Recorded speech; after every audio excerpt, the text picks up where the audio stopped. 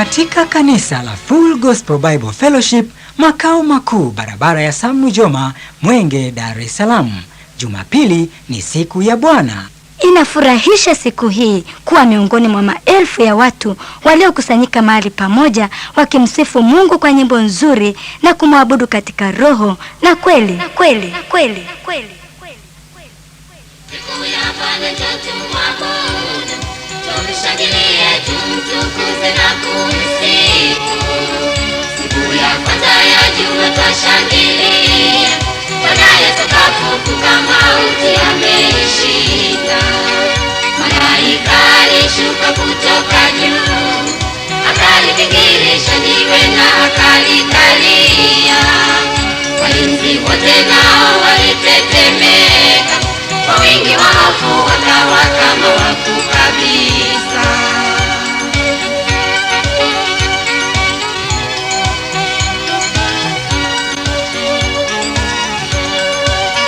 Mungu Baba alitenga giza na nuru, siku ile ya kwanza alipoumba ulimwengu. Bwana Yesu ndiye nuru ya ulimwengu, siku ya kwanza ya juma ndiyo aliyofufuka. Alitofautisha na manabii wengine, mitume na watakatifu waliotangulia. Kumbuko la wote waliokwisha kufa katika imani watafufuka kwenda mbinguni. Hii ndiyo siku ya Bwana, tunaishangilia na kuifurahia. Amefufuka, kayafanya mambo yote, yamekuwa mapya, kusema hii ni siku ya Bwana. Katika kaseti hii utasikia mafundisho ya neno la Mungu katika siku mojawapo ya Bwana, yakiletwa kwetu na askofu mkuu wa kanisa la Full Gospel Bible Fellowship, Askofu Zakaria Kakobe.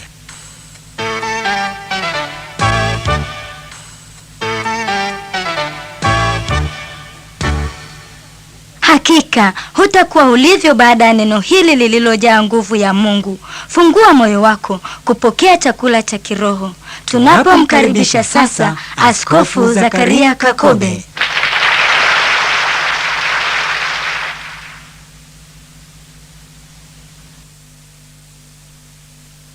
Mungu wetu, tunanyenyekea tena mbele zako, ikiwa tuna kiu na shauku ya kusikia maneno yako. Sema na watumishi wako, tunasikia. Kwa moyo wa kupondeka, moyo wa nyama, ambao kwa huo tutalichukua neno lako kama lilivyo na kulitendea kazi.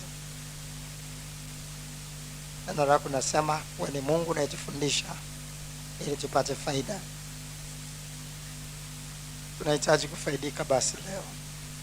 Karibu Roho Mtakatifu yatwaye aliyo wa Kristo na kutupasha habari katika jina la Yesu. Amen.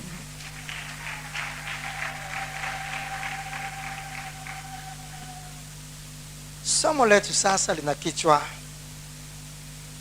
kiburi cha moyo wako kimekudanganya. Kiburi cha moyo wako kimekudanganya.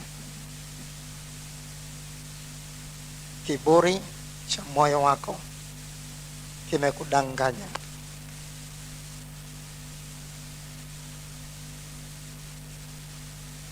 Kiburi cha moyo wako kimekudanganya.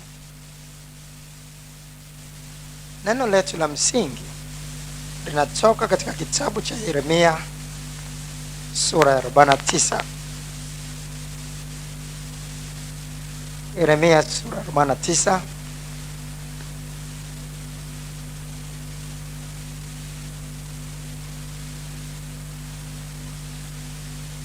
Yeremia 49 mstari wa 16. Yeremia 49 mstari wa 16.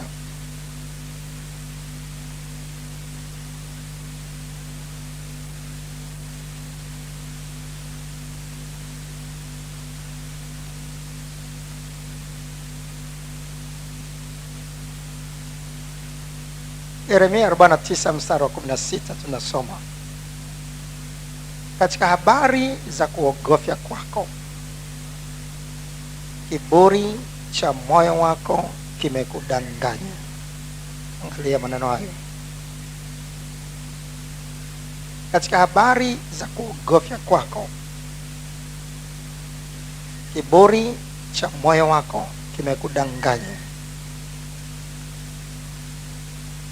Ujapofanya kioto chako juu sana kama tai,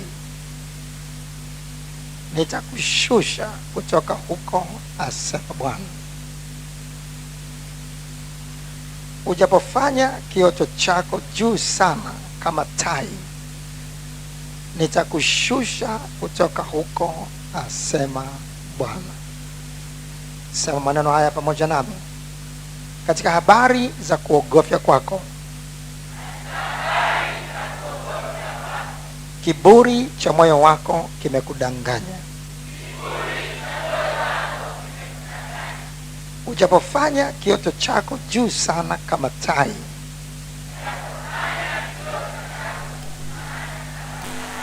nitakushusha kutoka huko, asema Bwana.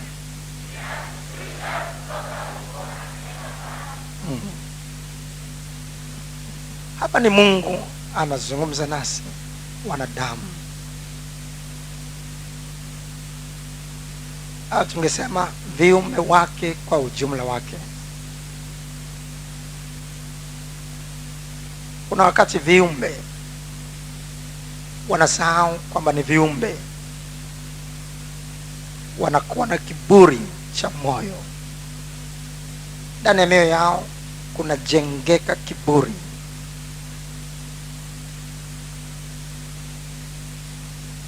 na wanajiona wao ni wao,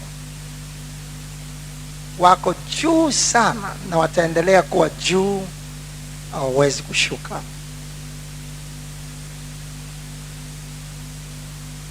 Na Mungu anasema hicho ni kiburi cha moyo wako kinachokudanganya.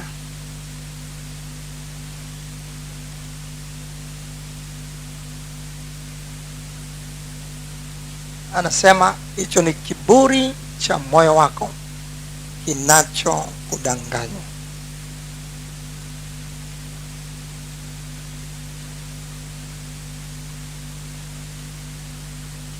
Kiburi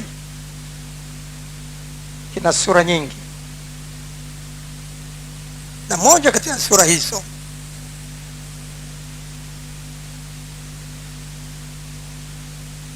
labda kabla ya kuangalia sura hizo, tafakari kiburi chenyewe kinakujaje. Mara kwa mara kiburi kinakuja kwa mtu pale ambapo anakuwa na kitu fulani ambacho wengine hawana. Ana cheo fulani ambacho wengine hawana, kwa hiyo anajiona yeye ni yeye, hakuna mwingine. Ana utajiri wa viwango fulani ambao wengine hawana, kwa hiyo anajiona yeye ni yeye, hakuna wengine. Amesoma kuliko wengine, kwa hiyo anaona wengine wote si chochote, si lolote, ni kama sisimizi tu. Yeye ni yeye kwa sababu amesoma. Anajiona ni mzuri sana anapotembea, na wengine si wazuri kama yeye. Moyo wake unampa kumwambia yeye ndio yeye, ni mzuri sana kuliko wengine.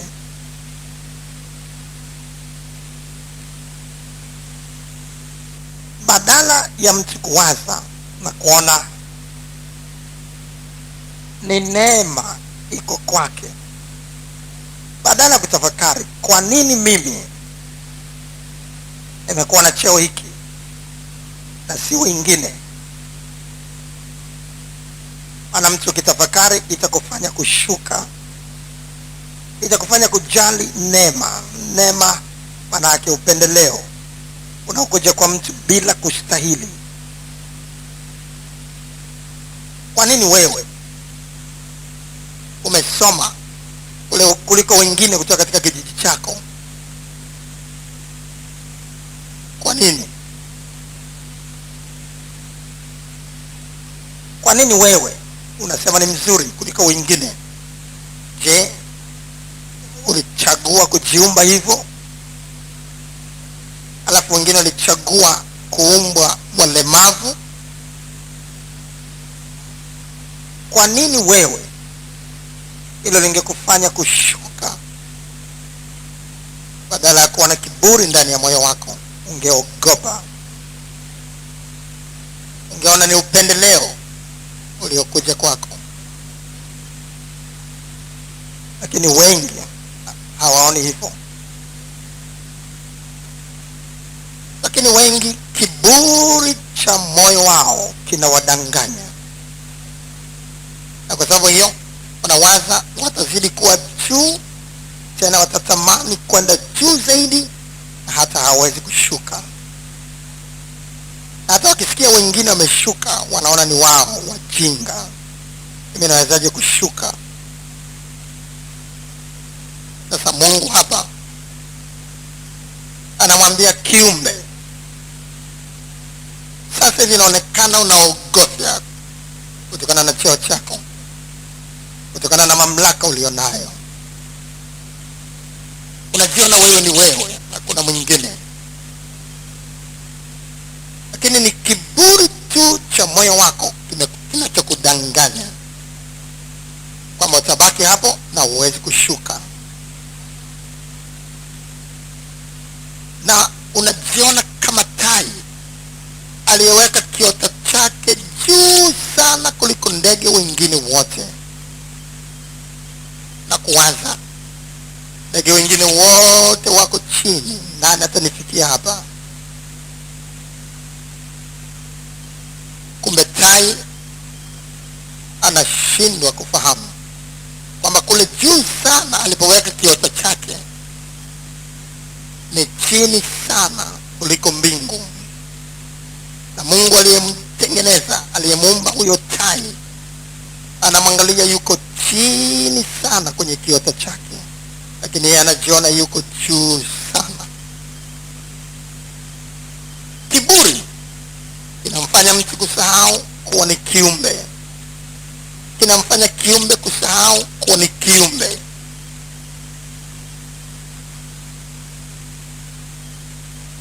Kiburi kilele chake kilitokea ndani ya Lucifer. Shetani hapo mwanzo alikuwa malaika mkuu mbinguni. Maandiko yanasema alikuwa mzuri sana, aling'ara sana kuliko malaika wote, akawa ni malaika mkuu mbinguni, nyota ya asubuhi kwa jinsi alivyong'aa. Na Lucifer maana yake hiyo, nyota ya asubuhi. Alikuwa na ung'ao wa ajabu sana. Mungu katika kumuumba kwake akamtofautisha na malaika wengine, akampa ukuu mbinguni. Kiburi kikajengeka katika moyo wake, akajiona na ng'aa kuliko wengine, akajiona yeye ni mkuu kuliko wengine. Kikampa kusahau kwamba ni kiumbe. Muhimu kuelewa sisi sote wa malaika wote ni viumbe, wameumbwa kama sisi tulivyoumbwa. Tofauti yake tu ni mili yetu ilivyo tofauti. Mili yetu inaitwa mili ya damu na nyama, mili ya malaika sio ya damu na nyama, lakini nao ni viumbe. Na sisi sote tutakapokufa, ikiwa tumefanya mapenzi ya Mungu, tutabadilishwa, tutatoka katika hali ya maumbile tuliyo nayo, tutachukua mili kama ya malaika, mili isiyokufa. Na Lucifer alipokuwa ni malaika mkuu mbinguni, kiburi kikajengeka ndani ya moyo wake, akajiona yuko juu sana. aliyokuwa nayo ilikuwa kuongoza sifa, kumsifu Mungu na kumwabudu. Akafika mahali akaona atamsifu Mungu na kumwabudu mpaka lini? Itosha. Mungu hana budi kwenda chini na yeye awe juu.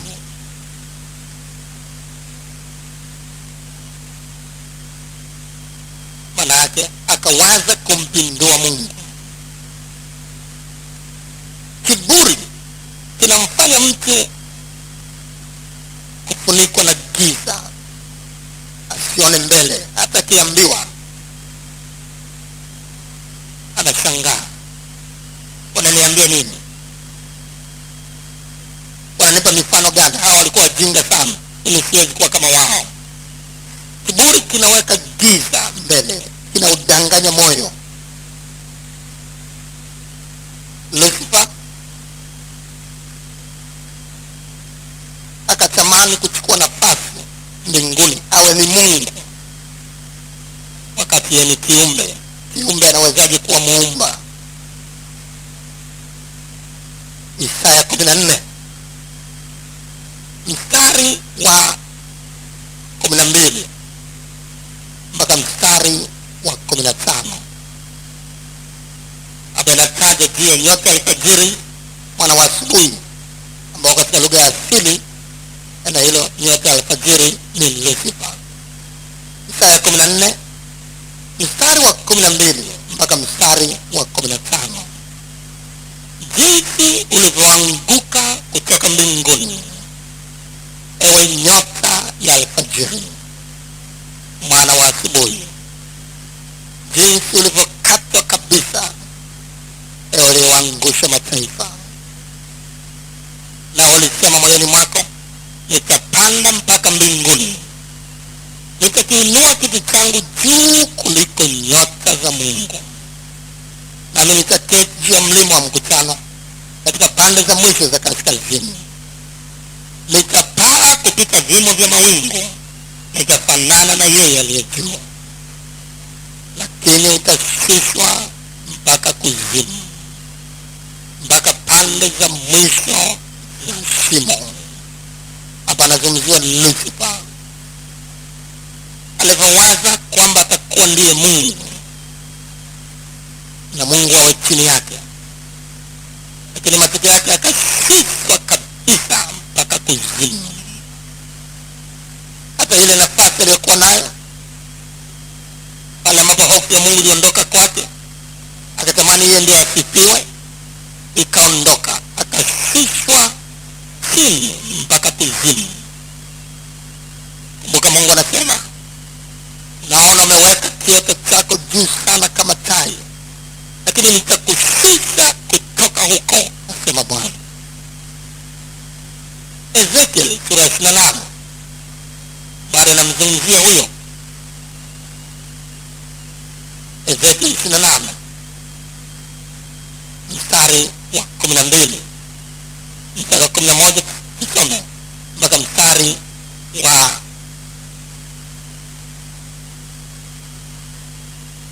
15. Ukitaka kupata picha yote tunasoma mpaka mstari wa 19.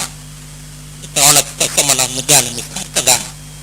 Ezekiel 28 11 mpaka 19.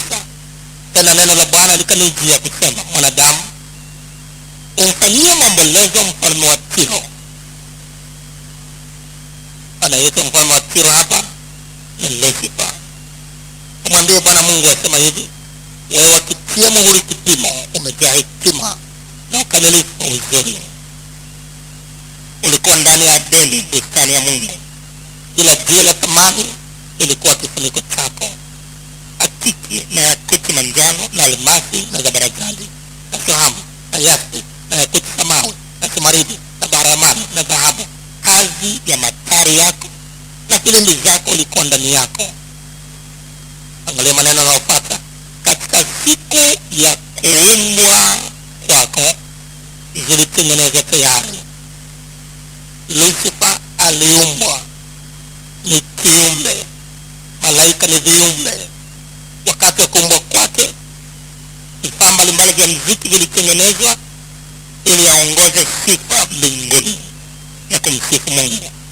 aongoze malaika kumsifu Mungu. Wewe ulikuwa kerubi mwenye kutiwa mafuta. Kerubi mwenye kutiwa mafuta ni malaika mkuu. Wewe ulikuwa kerubi mwenye kutiwa mafuta afunikaye, nami nalikuweka hata ukawa juu ya mlima mtakatifu wa Mungu. Umetembea huko na huko kati ya mawe ya moto. Ulikuwa mkamilifu katika njia zako tangu siku ile ulipoumbwa. Inaendelea kutajwa ulipoumbwa, hata uovu ulipoonekana ndani yako.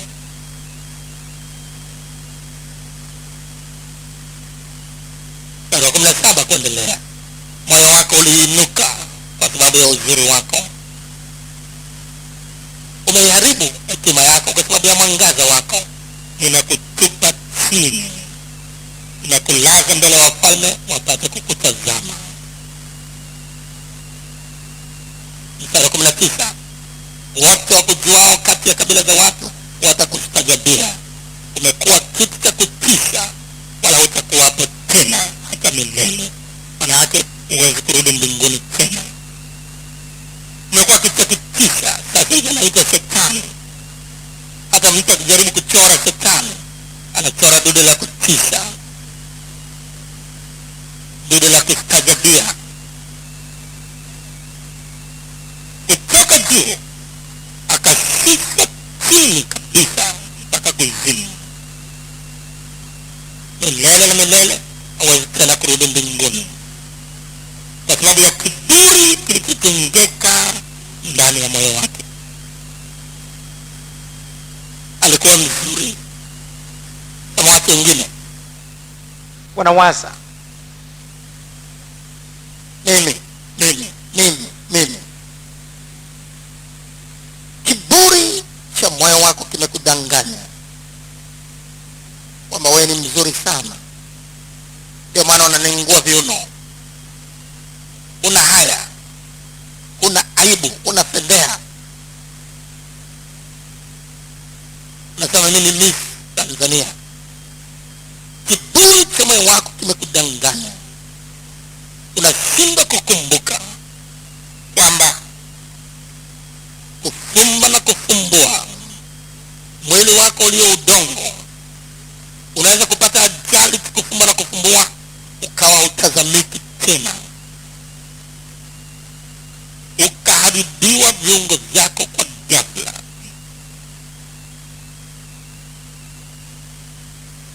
Lakini leo ukiwaangalia walemavu, unaona wajinga, unajiona mimi ndio mwenyewe.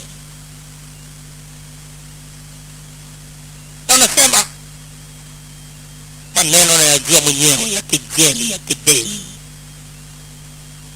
Kiburi cha moyo wako kimekudanganya. Unashindwa kufahamu. Unaweza kushushwa ghafla kutoka hapo ulipo ukawa ni kitu cha kustajabia, cha kutisha.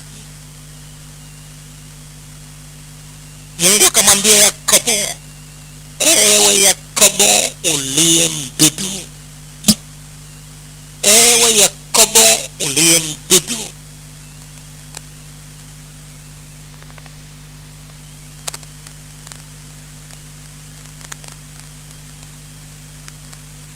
Isaya 41 mstari wa 14. Isaya 41 mstari wa 14. Usiogope Yakobo uliye mdudu. Useme wote, Yakobo uliye mdudu. Kwa bidii tena, Yakobo uliye mdudu. Weka jina lako hapo. Kama mimi nasema Kakobe uliye mdudu, na wewe weka jina lako hapo. Ndiyo. Maana tusaidie tupate kujua mbele za Mungu sisi ni wadudu tu. Kama wewe mtu unavyoweza chawa anazunguka unaminya tu kwa kucha alafu anaishia, na sisi ni kama wadudu chawa mbele za Mungu. Mungu anaweza kutumia tu hivi tukaishia, tusionekane tena. Na ni kiburi tu ndani yetu kinachotudanganya.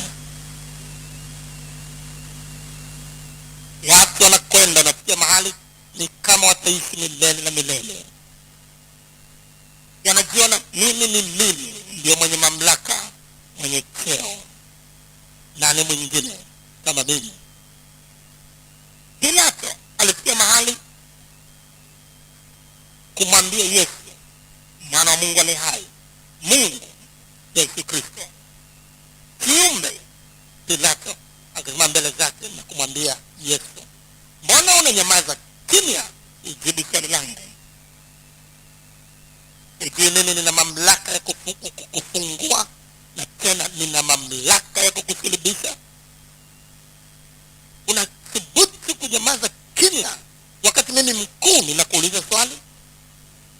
Yesu akajibu, Yohana sasa, Yohana sura ile ya 19, Yohana 19 mstari wa 8 mpaka mstari wa 11. Yohana 19 mstari wa 8 mpaka 11. Basi Pilato aliposikia neno hilo akazidi kuogopa, akaingia tena ndani ya ile praetorio, akamwambia Yesu, wewe umetoka wapi? Wewe umetoka wapi? Lakini Yesu kumjibu, Yesu hakumpa jibu lolote. Lakini Yesu hakumpa jibu lolote. Basi Pilato akamwambia, usemi nami? Hujui ya kuwa mimi au yote mwenye kiburi, mimi imejaa ndani ya moyo wake. Mimi zaidi, hujui ya kuwa mimi nina mamlaka ya kukufungua, nami nina mamlaka ya kukusulubisha? Kiumbe anazungumza na Mungu. Hujui mimi ni mkuu, nina mamlaka juu yako? Yesu akamjibu, wewe hungekuwa na mamlaka yoyote juu yangu kama usingepewa kutoka juu. Aliyekupa mamlaka Pilato anaweza kukushusha chini kwa ghafla ukasaulika, isionekane tena. Kiburi cha moyo wako Pilato kimetoka wapi?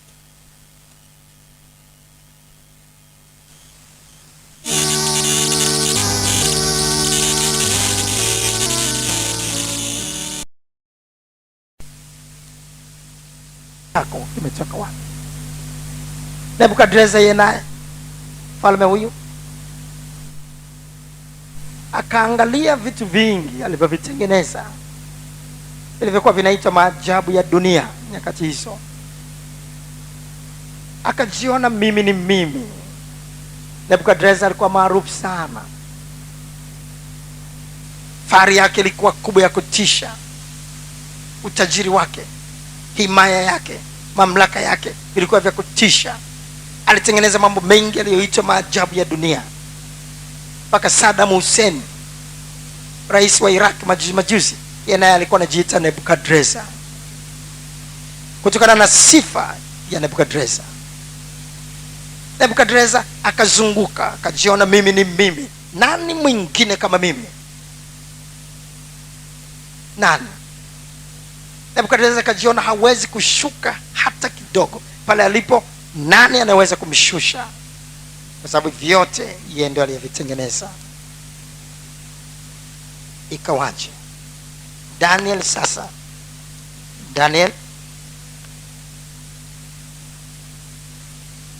Daniel sura ya 4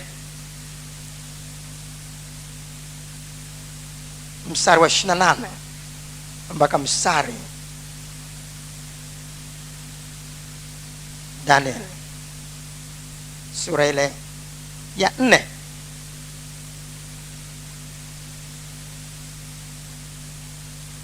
mstari wa 28 mpaka mstari wa 37 tunapata picha ya yote aliyompata.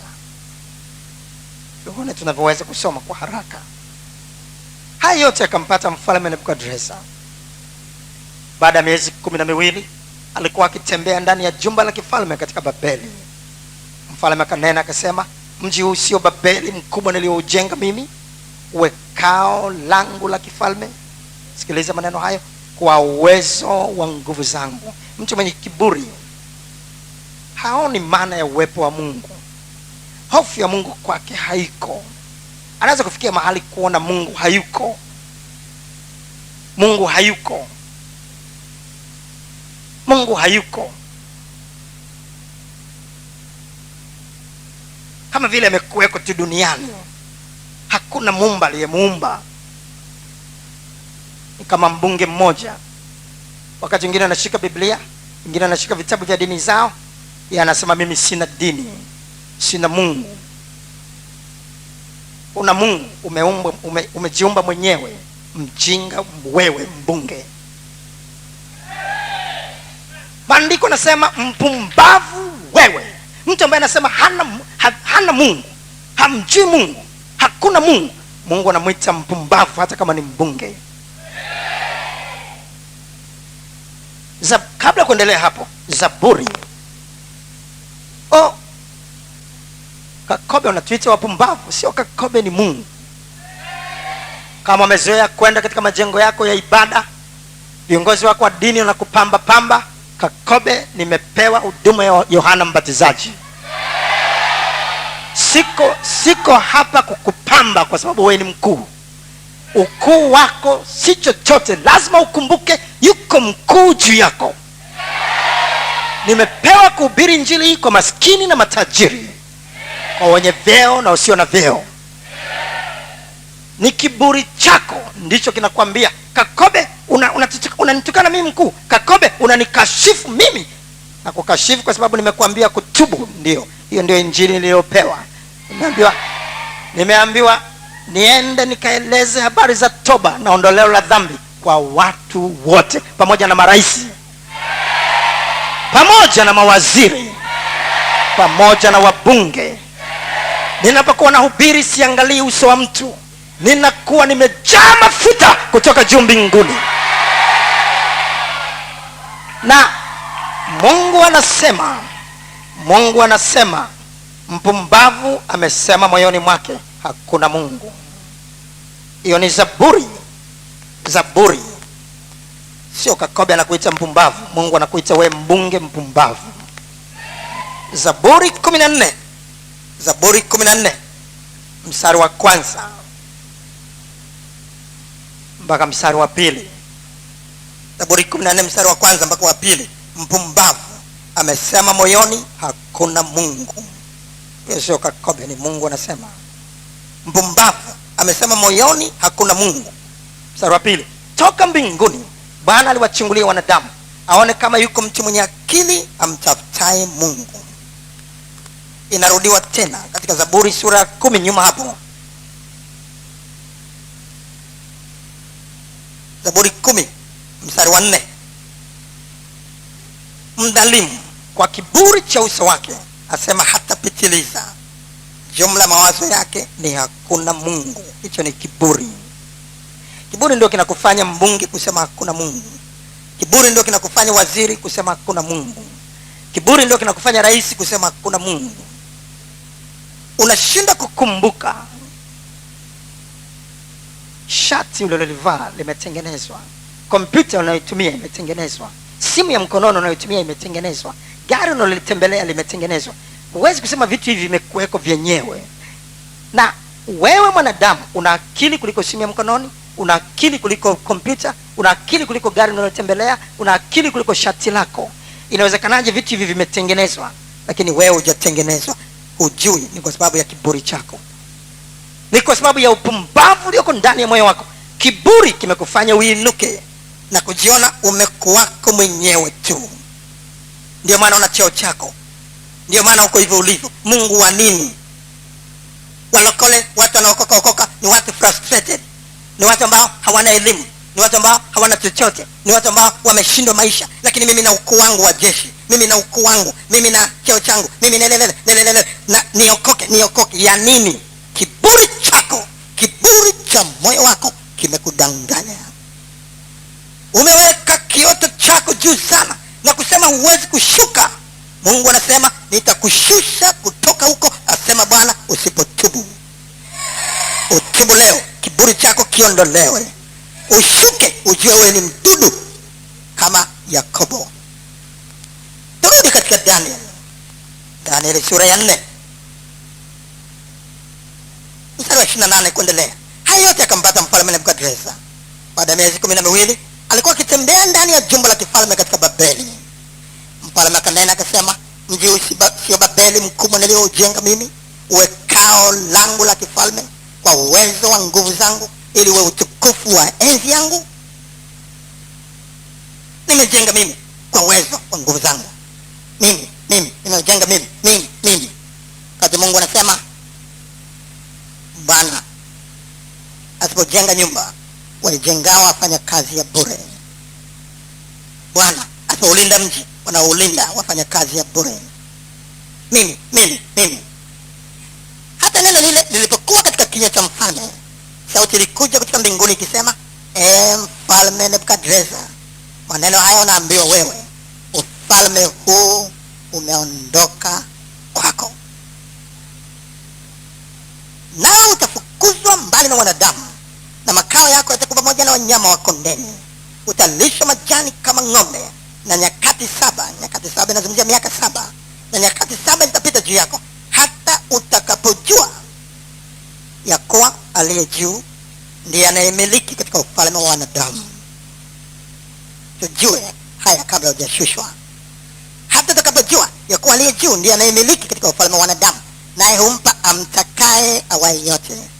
Unajiona ni rais, urais wako ungeweza kupewa mtu mwingine yeyote. Sio kwamba ni rais kwa sababu na akili kuliko Tanzania wengine wote. Sio kwamba wewe ni waziri kwa sababu na akili kuliko Tanzania wengine wote. Sio kwamba wewe ni mbunge kwa sababu na akili kuliko wengine wote. Ni neema, ni upendeleo tu. Mungu humpa amtakaye awaye yote, na anaweza kuondoa ulicho nacho, kufumba na kufumbua. Saa hiyo jambo hilo likatimizwa, likampata Nebukadreza. Alifukuzwa mbali na wanadamu, akala majani kama ng'ombe, na mwili wake uliloa maji kwa umande wa mbinguni, hata nywele zake zikakuwa zikawa kama manyoya ya tai, na kucha zake kama kucha za ndege. Miaka 7 akawa kama mnyama, na kula majani kama ng'ombe, kucha zake kama kucha za tai. Hata mwisho wa siku hizo alivyorudishiwa tena ubinadamu, kiburi kimeondoka. Inaonyesha binadamu wake ulianza kurudi taratibu. Anajiangalia bado nusu, anaangalia makucha yake, anaona manyoya yake, anaangalia hali yake. Nikainua, anasema mimi Nebukadreza, nikainua macho yangu kuelekea mbingu, fahamu zangu zikanirudia. Nikamhimidi yeye aliye juu, nikamsifu na kumheshimu yeye aishiye milele, kwa maana mamlaka yake ni mamlaka ya milele, na ufalme wake hudumu toka kizazi hata kizazi. Ufalme unaodumu ni wa Mungu peke yake. Awaye yote mwingine anapewa kwa muda tu, tena wakati mwingine anaweza kuondolewa kabla hata hujawaza na kufikiri.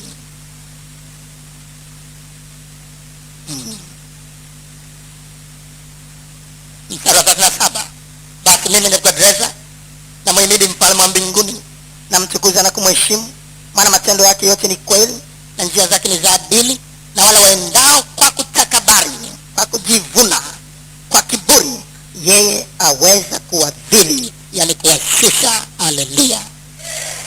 Nebukadreza kagundua, kajua kumbe ingawa mimi ni mfalme, kumbe si kitu, ni mdudu. Ufalme wangu si wa kudumu. Miaka 7 nimekuwa mnyama tu. Ufalme unaodumu ni wa mmoja tu, Mungu, ambaye ufalme wake ni milele na milele. Yeye ni Muumba. Kiburi cha mioyo yetu kinatufikisha mahali kujiona kitaendelea sana, ni kama tutakuweko milele, hakuna nguvu za kutuondoa. Tunakuwa ni wanadamu tutakaokufa kama mtu yeyote yule mwingine. Suleiman alikuwa mfalme, akawa na fahari kubwa sana, akawa na utajiri mwingi sana, ambao kulikuwa hakuna mfalme tajiri kama Suleiman. Akawa na fahari kubwa, majengo ya kutisha, himaya ya kushangaza. Wafalme wakatoka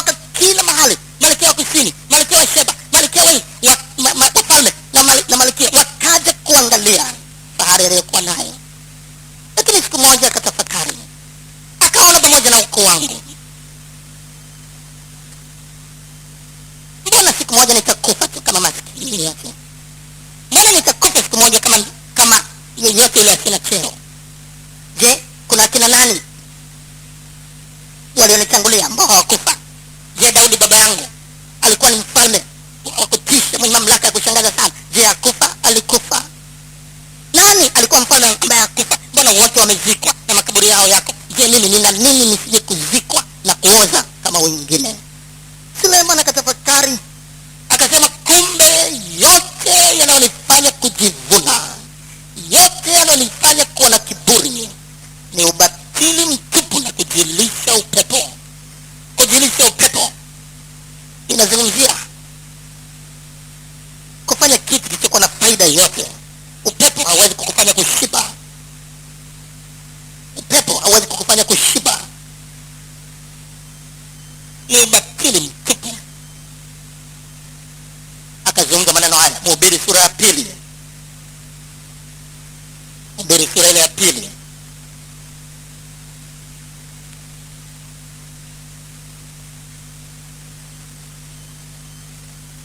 Kuanzia mstari wa 14 tutasoma mpaka mstari wa 17. Kuanzia mstari wa 14 katikati.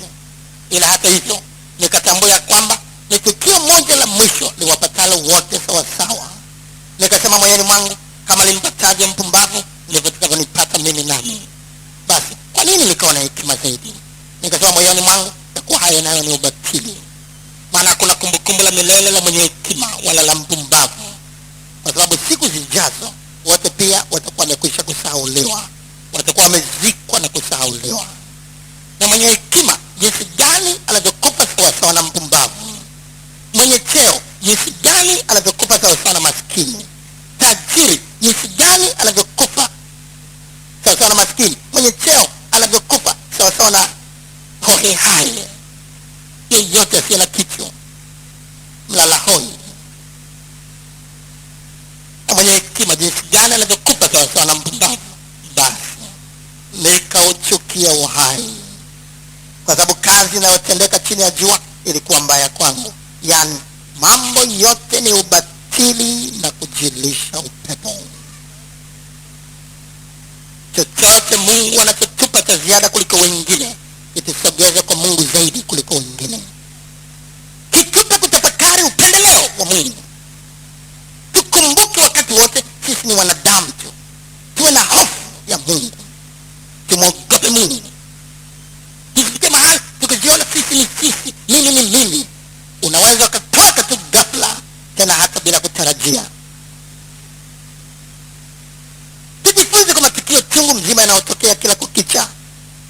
Mungu tunapoyaona mambo haya mengine ya huzuni kubwa na masikitiko, Mungu anayaachia wakati mwingine kutufundisha sisi tujue hata tungefikia hatua gani tunaweza tukatoweka siku tusiyoidhani pamoja na vyeo vyetu.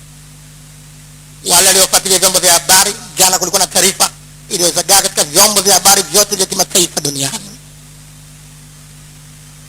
Rais wa nchi ya Poland alikuwa kwenye ndege yake anakwenda Urusi, na alipokuwa ameingia katika nchi ya Urusi akiwa amekaribia mji fulani kutua, ndege yake ikaanguka vibaya. Ndege yote ikamalizika, ikateketea. Watu wote waliokuwepo hapo, vyombo vya habari vingine vinaeleza jumla ya watu waliokuwa katika ndege hiyo walikuwa zaidi ya 130.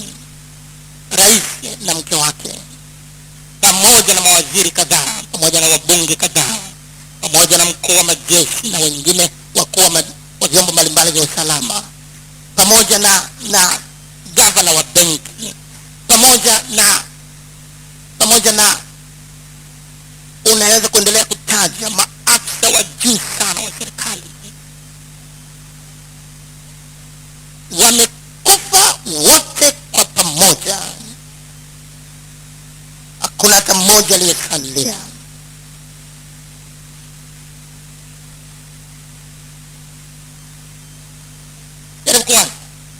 Kazi ya Poland ni vilio kila mahali, ni maombolezo kila mahali.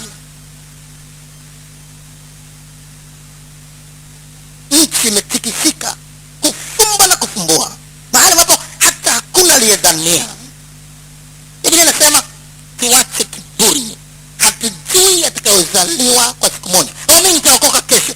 Kesho naijuaje kama utaifikia? Kesho naijuaje kama utaifikia? Ni kiburi cha moyo wako kinachokudanganya kwamba niendelee na dhambi mpaka nitakapokuwa mzee. Unaijuaje kesho itakuwa yako? Mungu amekuleta mahali hapa leo kwa makusudi ili akusikizishe neno hili. Dhambi zako zimekuwa zinamhuzunisha Mungu upeo. Unakuja mahali kama hapa badala ya kudhamiria kutubu na kuacha dhambi, una malengo yako mwenyewe unayojua kwa sababu ya kiburi cha moyo wako. Unasema nakuja kuchunguza. Yakobo anasema nini? Yakobo anasema neno la Mungu, jichunguze moyo wako mwenyewe. Hujui yatakayozaliwa kwako kwa siku moja. Pale unapojiona mimi niko juu sana, unaweza ukatunguliwa ghafla ukasahaulika. Mungu amekupa nafasi ulionayo ili umhofu Mungu, umwogope Mungu, umtafute Mungu zaidi. Lakini usimkasirishe Mungu kwa matendo yako. Utumie cheo chako kuisaidia kazi ya Mungu. Utumie cheo chako kufanya yaliyo mapenzi ya Mungu, sio vinginevyo. Pale unapowaza na kusema mimi ni mimi, mimi ni mimi, mimi ni mimi, nani mwingine, nani mwingine, nani ni mwingine, siku moja utashushwa kama wengine walivyoshushwa. Wako wanasiasa wengine wakishakuwa katika nafasi zao wanawaza mimi, nani anaweza nani, mimi ndio mwenyewe, mimi milele na milele, milele na milele. Chama chetu kitadumu milele na milele, kitakuwa madarakani milele na milele. Nenda kamuulize Daniel Arap Moi Kenya, alikuwa anaitwa profesa wa siasa. Kamuulize Daniel Arap Moi Kenya, alikuja hapa bungeni hapa Tanzania kwa mbwembwe. Yeye alikuwa anajua mbinu zote za kuiba kura. Yeye alikuwa mwalimu wa marais wengi Afrika Mashariki na Kati. Alifika mahali kutamka hadharani na kusema inawezekanaje rais uwe madarakani halafu utoke? Inawezekanaje? Vyombo vyote vya usalama unavyo, vyombo vyote, mamlaka yote nayo, inawezekanaje utolewe madarakani? Profesa wa siasa anatamka. Alianza mwanzoni alikuwa na hofu sana ya Mungu, Daniel Arap Moi, lakini baadaye mimi. Kamuulize profesa wa siasa sasa hivi yuko wapi? Ni vigumu hata kumkuta huko Nakuru na Kericho. Ameishia hata kumsikia jina lake ni shida.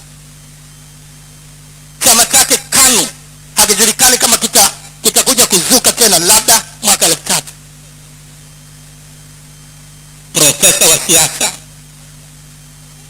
Nenda kamuulize Kenneth Kaunda. Kamuulize wewe ulitokaje madarakani? Kenneth Kaunda, wakati ulikuwa mwasisi wa taifa lako, ulitokaje madarakani? Ilikuwaje? Atakupa simulizi, atakwambia hata mimi nashangaa. Kamuulize Rais Thabo Mbeki jinsi gani alivyotoka katika madaraka yake hata muhula wake haujaisha. Ujifunze hata kiatu chako ukikipandisha juu sana, Mungu anasema nitakushusha kutoka huko, asema Bwana. Unachotakiwa kufanya ni kushuka na kutubu na kusema Mungu. Mtu mmoja katika Zaburi akasema, hebu chunguze moyo wangu, hebu nikumbushe nipate kuzihesabu siku zangu, nipate kuona jinsi nilivyo. Chochote si lolote, si chochote si lolote. Na wewe mwanasiasa wa Tanzania, acha kiburi. Kiburi licho nacho ni cha nini? Una kiburi kipi kinakupa kiburi kuongoza nchi ya Tanzania? Una nini ulichokifanya Tanzania? Tanzania na rasilimali zote hizi, fedheha na aibu. Wasomi wamekuwa wanasomesha hapa miaka nenda miaka rudi. Kiko wapi kilichofanywa na wasomi hapa? Kiko wapi kilichofanywa na viongozi hapa? Kiko wapi? Kiburi chenu kinatoka wapi wanasiasa? Kiburi kinachokufanya wewe ujione mimi ni mimi, hakuna mwingine. Umefanya nini kwa taifa hili? Tanzania inashindwa kutengeneza hata kiberiti. Kiberiti njiti, unawasha njiti ngapi wanawake mnajua, kina mama? usahihi wake unawasha ngapi? Wakati mwingine pasi kinaisha, kinaandikwa made in Tanzania. Shame upon you. Haya na aibu kwenu viongozi wa taifa hili. Kiburi kinatoka wapi? Asema Bwana. Jeuri inatoka wapi? Tanzania inashindwa hata kutengeneza juisi kuziweka kwenye maboksi. Juisi zinatoka Afrika Kusini, juisi zinatoka Kenya. Machungwa yao machungu ndio tunaletea machungwa yao machungu hapa, wakati tuna machungwa mazuri sana Muheza matamu. Hakuna Afrika Mashariki na Kati kote, hakuna mpaka Afrika Kusini. Machungwa Afrika Kusini machungu ndio tunaletewa juisi zao za machungwa, zimejaa supermarket. Surprise, shame upon Tanzania. Machungwa tunayo, tunashindwa kuweka juice hata katika maboksi tu. Haya, kiburi chako mwanasiasa kinatoka wapi? Kwamba mimi ni mimi, mimi ni mimi, mimi ni mimi, mimi ni mimi, mimi ni mimi. Kiburi kinatoka wapi? Uhuru tumepata karibu miaka, uhuru wetu umri wake unafanana karibu na Korea ya Kusini. Haipishani sana. Korea Kusini wakati imeanza baada ya uhuru wake ilikuwa maskini wa kutisha. Nimekwenda kule, wananionyesha pasi walikuwa wanazitumia za mkaa. Wanasema tulikuwa maskini kama nyinyi. Angalia pasi tulizokuwa tunazitumia wakati tunapata uhuru. Lakini leo Korea Kusini, unaona TV wanazotengeneza Samsung, unaona hizo simu Samsung, unaona hizo air condition ya hali ya juu sana, unaona mafriji yao, unaona meli, wanatengeneza meli, wanatengeneza vitu vya ajabu sana. Kwa siri ya Korea Kusini, viongozi tangu mapema walishuka wakamtafuta Mungu, hofu ya Mungu ikaja juu yao. Marekani unaona leo wameendelea, ni kwa sababu tangu mwanzo waanzilishi wa taifa lile, tangu akina Abraham Lincoln, wote walikuwa na hofu ya Mungu, wakaandika hata juu ya pesa, in God we trust. Katika Mungu tunaamini. Lakini wewe mwanasiasa ambaye huoni maana ya Mungu, huoni hofu ya Mungu, huoni kumheshimu Mungu ni nini, ndio ameifikisha Tanzania kwa hivi ilivyo. Nimekwenda kule Korea Kusini, nimekuta mpaka wanajeshi katika jeshi la kwetu hapa. Eti mtu akiokoka, wewe mwanajeshi unaokoka namna gani? Unaokoka namna gani mwanajeshi? Nenda Korea Kusini, asilimia zaidi ya 60 ya wanajeshi wa Korea Kusini wameokoka. Wanakwenda na bunduki zao, wameshika Biblia zao, wanakwenda kulinda mpaka kule Korea ya Kaskazini. Nimeona kwa macho yangu, wana bunduki na Biblia mkononi. Wanasema bila wewe Mungu hatuwezi neno lolote. Matokeo yake Mungu amemwaga mafunuo, amemwaga sayansi. Korea watu wengi wajui Kiingereza, hawajui Kiingereza. Hata ukijaribu kuzungumza Kiingereza wanakushangaa.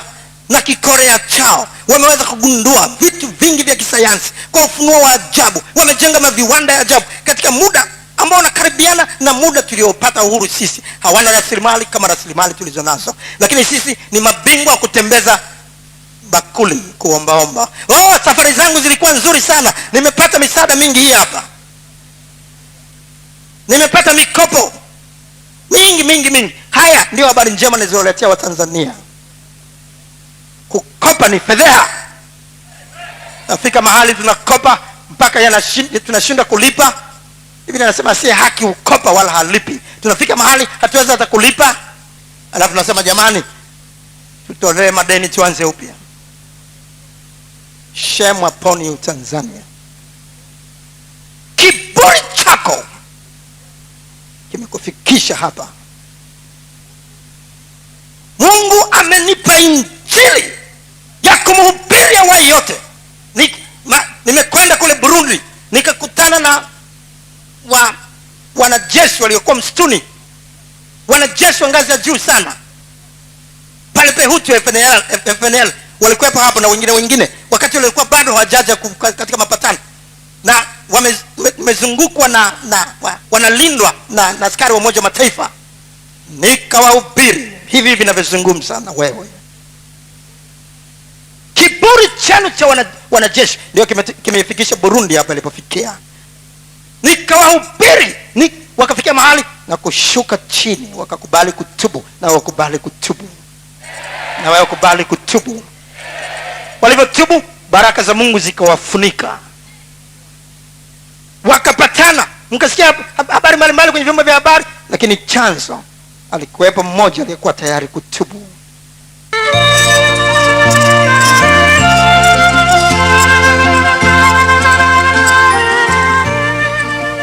Tunatumaini umebarikiwa na mafundisho haya.